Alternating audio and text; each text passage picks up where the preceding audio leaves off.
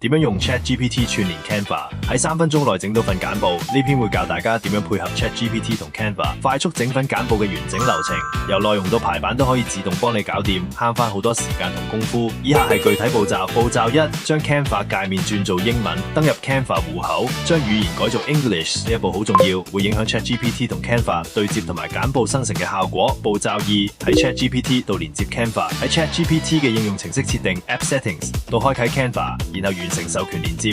步驟3：上載參考文件，打入簡報生成指令，將參考資料例如 PDF 上載去 ChatGPT， 跟住用提示詞叫 AI 幫你整簡報內容，可以直接叫 GPT 根據主題幫你整最多10頁嘅簡報。設計風格建議揀專業簡約。步驟4：揀設計範本同修改。ChatGPT 整好簡報大綱之後，會俾4個 Canva 簡報範本你揀，揀好之後可以喺 Canva 編輯頁面度調整字體、圖片、顏色等細節。步驟5：完成編輯同輸出。喺 Canva 度改好晒之後，可以輸出做 PDF 或 PPTX， 又或者整個線上分享連結。如果你想知道更多 AI 資訊，留言話俾我哋知啦。